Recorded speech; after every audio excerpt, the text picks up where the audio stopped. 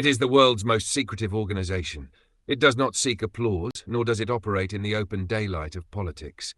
It thrives in shadow, using cutouts, coded language, offshore accounts, and silent influence. To the public, it is a mystery. To enemies, it is a threat. To allies, it is both a partner and a rival. This is the Central Intelligence Agency, the CIA.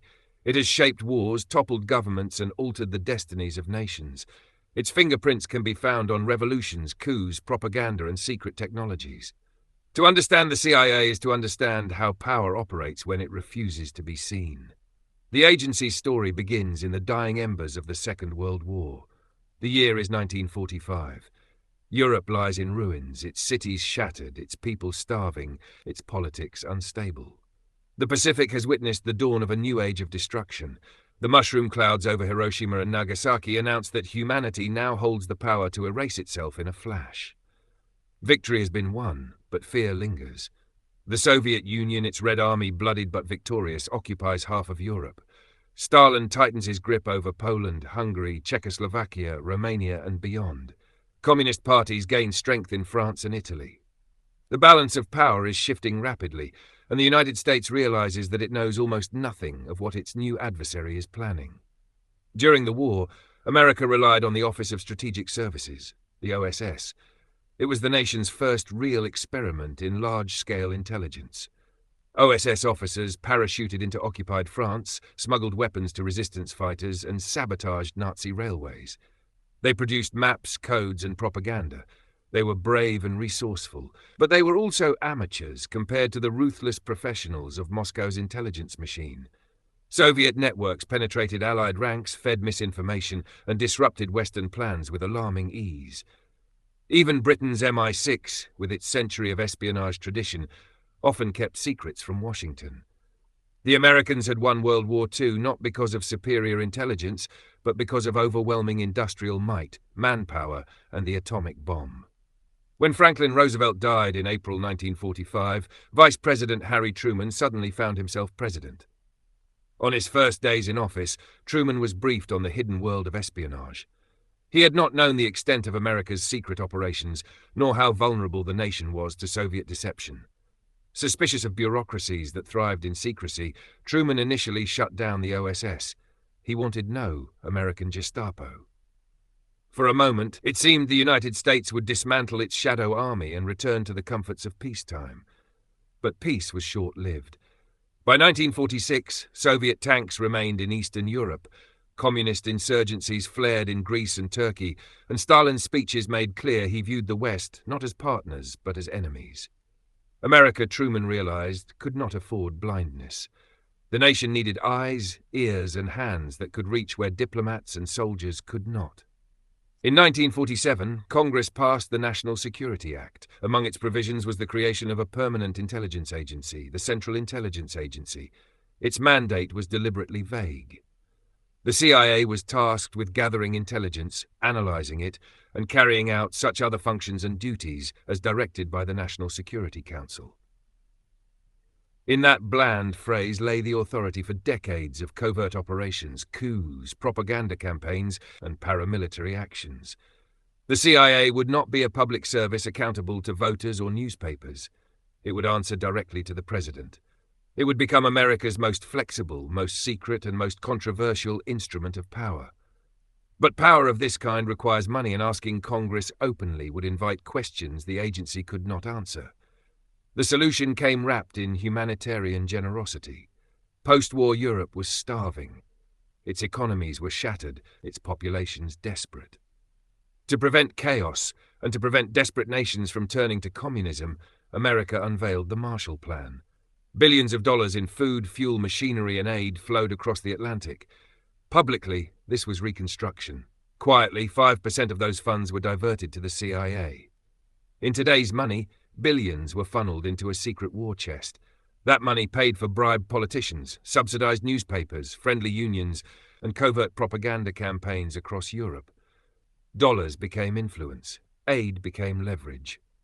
Behind the visible relief effort, the CIA built its first infrastructure of secret power. Yet money alone could not guarantee success. The Soviets were skilled, their networks disciplined, their agents often invisible until it was too late. The CIA's first attempts at covert action ended in disaster. Ukrainian exiles trained by the agency and parachuted behind Soviet lines were captured within days. Many were executed. Soviet double agents penetrated American operations so thoroughly that one internal report described the agency as fatally compromised. Recruitment faltered, missions failed, morale sank. Washington began to doubt whether this new agency was anything more than a costly experiment. Then came Iran, 1953. Prime Minister Mohammad Mossadegh, a nationalist, had moved to nationalize Iran's oil industry, stripping Britain of lucrative profits. London was outraged and turned to Washington for help. The CIA seized the opportunity to prove its worth. The plan, codenamed Operation Ajax, was orchestrated by Kermit Roosevelt Jr., grandson of Theodore Roosevelt. With suitcases of CIA cash, Roosevelt bribed parliamentarians, funded street gangs, and spread propaganda branding Mossadegh a corrupt dictator. Newspapers printed lies, radio programs broadcast rumors, and officers loyal to the Shah were prepared to strike. On August 19th, chaos erupted in Tehran. Mobs filled the streets. Tanks appeared at intersections. Mossadegh fled his home but was captured soon after. The Shah returned to power, and Western oil interests were restored. In Langley, the operation was hailed as a triumph. A foreign government had been toppled with a mixture of money, manipulation, and military pressure. The CIA had announced itself as a force capable of shaping global events, yet the seeds of resentment were sown. The coup created decades of Iranian distrust and anger toward the United States, resentment that would explode in the 1979 revolution. Success in the short term often meant chaos in the long term. Flush with confidence, the CIA repeated the formula. In 1954, in Guatemala, President Jacobo Arbenz attempted land reforms that threatened the interests of the United Fruit Company, an American corporation. Using propaganda, mercenary forces, and diplomatic pressure, the CIA engineered his overthrow. Another success. But as in Iran, resentment lingered, festering in the politics of Latin America for generations. Not every gamble worked.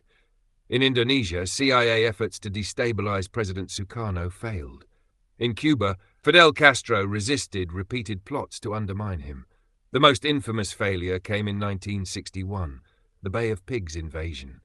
Cuban exiles, armed and trained by the CIA, landed on Cuba's southern coast expecting popular uprisings to topple Castro. Instead, they were crushed within 3 days. The fiasco humiliated President Kennedy and exposed the CIA as fallible. Kennedy swore never again to trust the agency blindly. The Bay of Pigs revealed the peril of believing propaganda about one's own strength. Meanwhile, the CIA pivoted toward technology. Recognizing the dangers of relying solely on human spies, Director Alan Dulles and strategist Richard Bissell turned to the skies. The U-2 spy plane, designed by Lockheed's Skunk Works, soared above 70,000 feet, beyond the reach of Soviet defenses. From that altitude, its cameras could photograph entire bases and missile sites. For the first time, America had clear, undeniable intelligence on Soviet capabilities. The missile gap that hawks in Washington warned about was revealed as a myth. Knowledge tempered panic. Yet the U-2 was vulnerable. In 1960, a Soviet missile shot down pilot Francis Gary Powers, capturing him alive. The incident was a diplomatic disaster, proving even the highest flights of secrecy could fall back to Earth. As the Cold War deepened, Southeast Asia became the CIA's next battlefield. After the Geneva Accords of 1954 split Vietnam, the United States pledged support to the South. Officially, America was an advisor. In reality, the CIA was already orchestrating sabotage raids, supporting militias, and mapping the labyrinth of the Ho Chi Minh Trail. Air America, the CIA's secret airline, flew weapons, supplies, and agents into remote airstrips in Laos and Cambodia. Tribal groups were recruited to fight communist forces. Bribes, blackmail, and assassinations shaped politics in Saigon. Much of this was financed through black budgets and covert channels, sometimes entangled with the opium trade that flourished in the Golden Triangle. These operations bought time for South Vietnam, but at the cost of America's reputation and its moral authority. By the 1960s, the CIA had become central to Washington's struggle against communism. Yet with influence came temptation. Projects pushed the boundaries of ethics and law. MK-Ultra, a series of secret experiments, tested LSD, hypnosis, and sensory deprivation on unwitting subjects, all in pursuit of mind control. The goal was to create techniques for breaking prisoners or even manufacturing assassins, so-called Manchurian candidates. The results were unreliable, often cruel, and when exposed in the 1970s, they shocked the public. Covert power also meant involvement in domestic influence. CIA funds quietly supported student groups, journalists, and cultural organizations deemed useful in the ideological battle against communism. Art exhibits, magazines, and even film festivals carried hidden subsidies. The line between foreign and domestic operations blurred dangerously. By the early 1970s, the weight of secrecy began to fracture. The Vietnam War turned into a quagmire, draining blood and treasure. The Watergate scandal shattered public trust in government, and congressional investigations, the Church and Pike committees, dragged CIA abuses into the open. Plots to assassinate foreign leaders, illegal surveillance of American citizens, and the horrors of MKUltra were exposed. For the first time, the CIA's mystique was pierced. Oversight committees were created. Rules were rewritten. The agency was forced to adapt to scrutiny it had never faced before. Yet even under scrutiny, the CIA remained active. In Chile, when Marxist President Salvador Allende was elected in 1970, Washington panicked at the prospect of another Cuba in the Western Hemisphere. The CIA funneled millions into strikes, propaganda, and political opposition. On September 11, 1973, Chile's military, led by General Augusto Pinochet, seized power. The presidential palace burned, Allende was dead, and a dictatorship began, backed quietly by American covert support. To the White House, Chile was a success, communism blocked. To history, it was another scar. The 1970s closed with the CIA bruised but not broken. In the shadows, secret bank accounts in Switzerland and the Caribbean continued to fund operations. Covert wars smoldered across Africa, Latin America, and Asia. The agency had learned to survive scandal, adapt to oversight, and continue its mission. Its failures were public, its successes remained hidden. The 1980s would bring even greater tests. In Central America, the CIA supported the Contra rebels fighting Nicaragua's Sandinista government. To fund them, covert arms sales to Iran were arranged, bypassing Congress. The scheme unraveled in scandal, the Iran-Contra affair, one of the biggest political crises of the decade. Simultaneously, rumors swirled of CIA entanglement with drug traffickers who moved cocaine north as weapons moved south. Trust eroded, but operations continued. Farther afield, the Soviet invasion of Afghanistan in 1979 gave the CIA a new battlefield. Billions of dollars in weapons flowed to Afghan Mujahideen fighters, funneled through Pakistan. American Stinger missiles downed Soviet helicopters. The war became Moscow's quagmire. By 1989, the Red Army withdrew, humiliated. For Washington, it was proof of the CIA's power. Covert support could bleed a superpower dry. Yet the fighters America armed would not all fade quietly into history. Some would redirect their skills and fury against the very patron that once supplied them. And beyond Afghanistan, another storm was brewing, one that would eventually... The 1980s had shown both the power and peril of covert action. The CIA could channel billions into distant wars, could bleed the Soviet Union in Afghanistan, could topple governments and alter history. But it also stumbled into scandal, arms for hostages deals, covert funding of Contra rebels, and entanglements with drug cartels that poisoned communities back home. Yet even as its reputation sagged, the agency's reach expanded. Offshore accounts, shell companies, and secret alliances ensured the flow of money and weapons. Its failures were headline news, its victories remained hidden in the margins. Then came 1991, and with it, the end of an era. The Soviet Union collapsed under the weight of its own contradictions: economic stagnation, political unrest, nationalist movements, and a disastrous war in Afghanistan. The red flag over the Kremlin came down. For the CIA, the moment was surreal. The enemy that had defined its very purpose for 40 years simply vanished. The KGB, once its greatest rival, was gone, fragmented into successor services. Victory should have been sweet, but instead it brought uncertainty. Without the Cold War, what was the CIA for? Budgets shrank, overseas stations closed, networks dissolved. The 1990s became a decade of drift. Analysts turned their attention to rogue regimes, nuclear proliferation, drug cartels, and emerging terrorist networks. There were small battles, tracking North Korean missile tests, monitoring Saddam Hussein's defiance of UN inspectors, and watching as the Balkans burned with ethnic wars. But there was no clear defining struggle. America celebrated a peace dividend, focusing on domestic prosperity, while the CIA shrank into the background. Yet in the shadows of failed states and mountain ranges, a new adversary was rising. Osama bin Laden, a wealthy Saudi radical who had fought with the Mujahideen in Afghanistan, built a network dedicated to global jihad. From bases in Sudan and then Afghanistan, he recruited fighters, raised funds, and plotted attacks. His group, Al-Qaeda, was nimble, decentralized, and ruthless. Unlike the Soviet Union, it did not field armies or missiles. It relied on small cells, secrecy, and surprise. The warning signs were there. In 1993, terrorists struck the World Trade Center with a truck bomb. In 1998, twin U.S. embassies in Kenya and Tanzania were bombed, killing hundreds. In 2000, the USS Cole was attacked in Yemen. The CIA tracked bin Laden, knew his name, intercepted fragments of his communications, and even considered opportunities to kill him. But hesitation, bad intelligence, and political caution allowed him to slip away. By the late 1990s, bin Laden was no longer just a financier. He was the commander of a global network. On the morning of September 11, 2001, America learned what it meant to underestimate an enemy. 19 hijackers, trained and directed by Al-Qaeda, seized 4 passenger planes. 2 struck the Twin Towers of the World Trade Center, 1 hit the Pentagon, and another crashed in Pennsylvania after passengers fought back. Nearly 3,000 people died. The towers fell, the skyline of New York was changed forever, and the world was thrown into a new age of terror. For the CIA, September 11 was a searing moment of both failure and rebirth. They had warned of bin Laden's ambitions but had failed to stop him. Now the agency was thrust to the center of America's response. The mission was absolute: find the enemy, dismantle the networks, and prevent another catastrophe.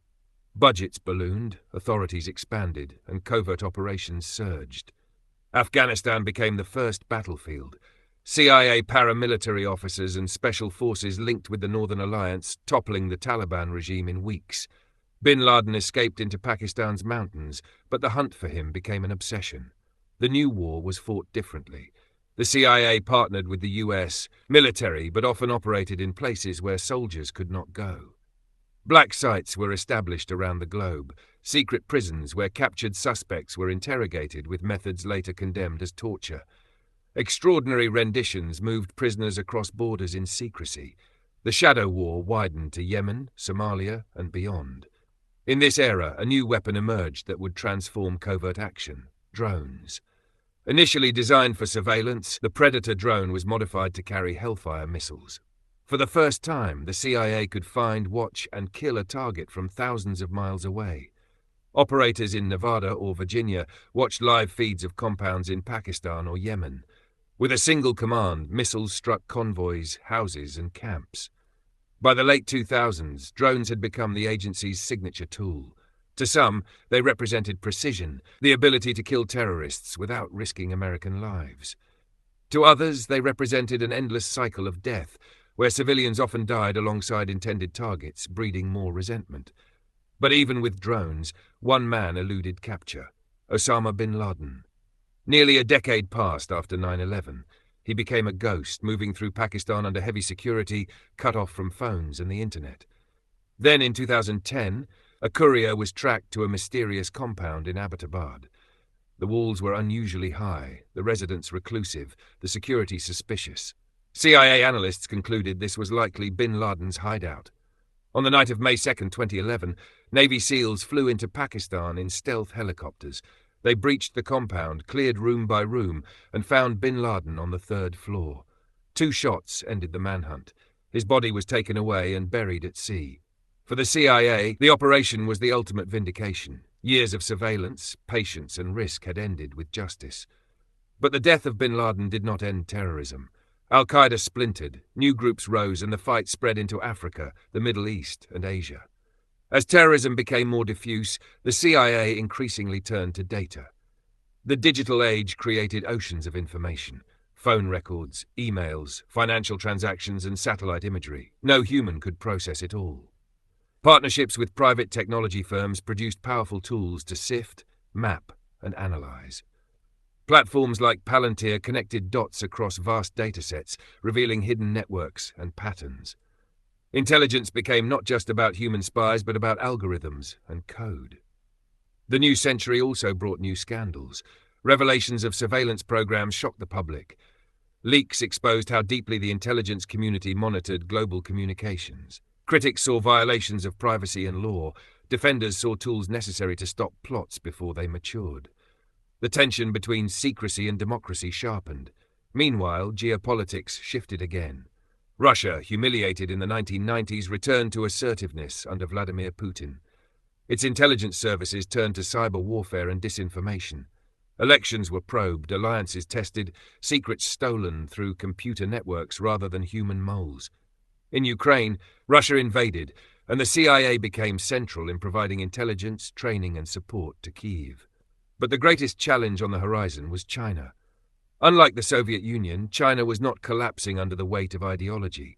It was rising, economically, technologically, and militarily.